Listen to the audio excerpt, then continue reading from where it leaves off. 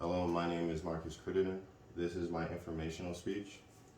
These are the four note cards I'll be using for it, and my audience is my mom.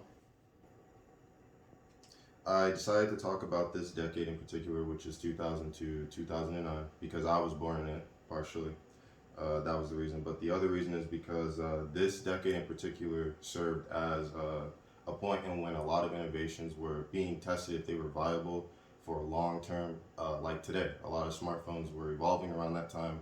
Cell phones were getting better and experimenting. Computers were getting better. And some other stuff in here that will be mentioned later on were also kind of experimentation or was brought up in the past.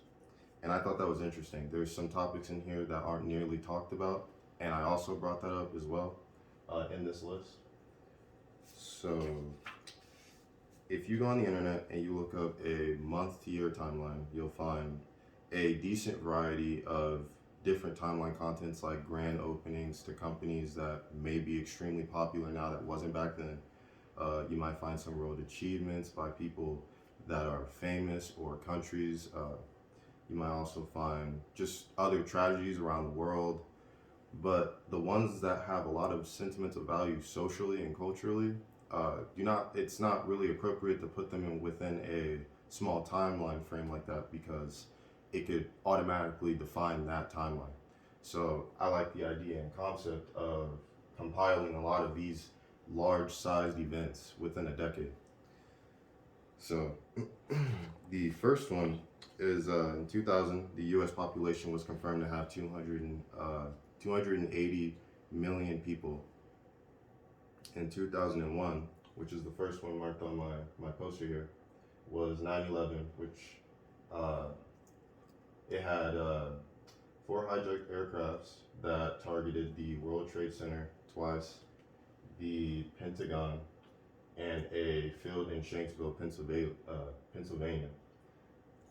In 2002, the euro currency was introduced in over 10 different countries within a field that they call the Eurozone. And this is one of the first ones I was talking about where not nearly talked about as much. A lot of people probably don't know when the euro came out, so I found this interesting enough to add since it's used a lot now. In 2003, the space shuttle Columbia, which is up here, was owned by NASA, and unfortunately, as it was coming back to Earth, it ended up exploding and burning in the atmosphere while it was returning, killing all of the passengers.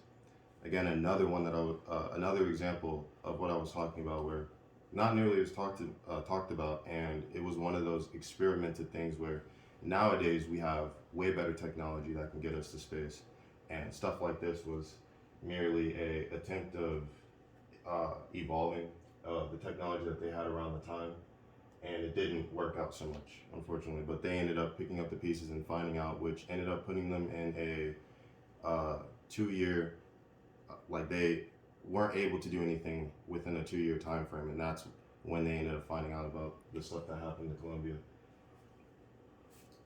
In 2004, there were fossils found in an island called Flores in Indonesia, and they called it the Hobbit. In 2005, YouTube was launched. Another example, a lot of people probably don't know that. In 2006, planet Pluto was expelled from the local planetary group by a official company called IAU. And the reason why the planet was expelled was because it didn't successfully follow all the criteria of what is considered a planet within our solar system, which was does it orbit the sun? Is it round? And does it follow the path of our neighboring planets like Mars or Saturn or Venus? So it ended up getting expelled. In 2007, the global warming issue was finally speculated to be a man-made issue to the our planet's atmosphere. And that's, again, another example. Now that we're all the way in 2021, this issue is getting much worse, and we're seeing a lot more issues within this issue that we found out about in 2007. Had we paid more attention to it, we probably would have been able to prevent it. In 2008, President Obama was elected, who was the first and only currently African American to hold office.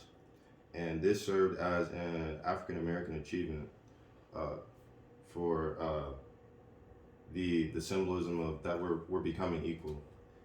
And one of his first speeches that he had is one of the things that he said within his first speeches after becoming president was that this is definitely a change to America, that he even had the opportunity to become president. So this was very important.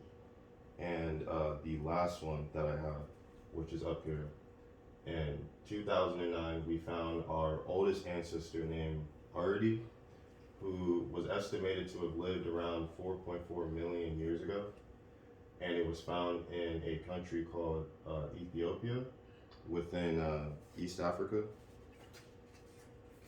So, with all the events that I brought up, these events in particular definitely hold a importance within our history, and it's good to look back at this stuff because it shows where we are currently.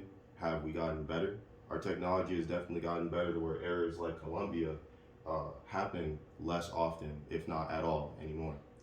And are we coming closer to stuff like Obama?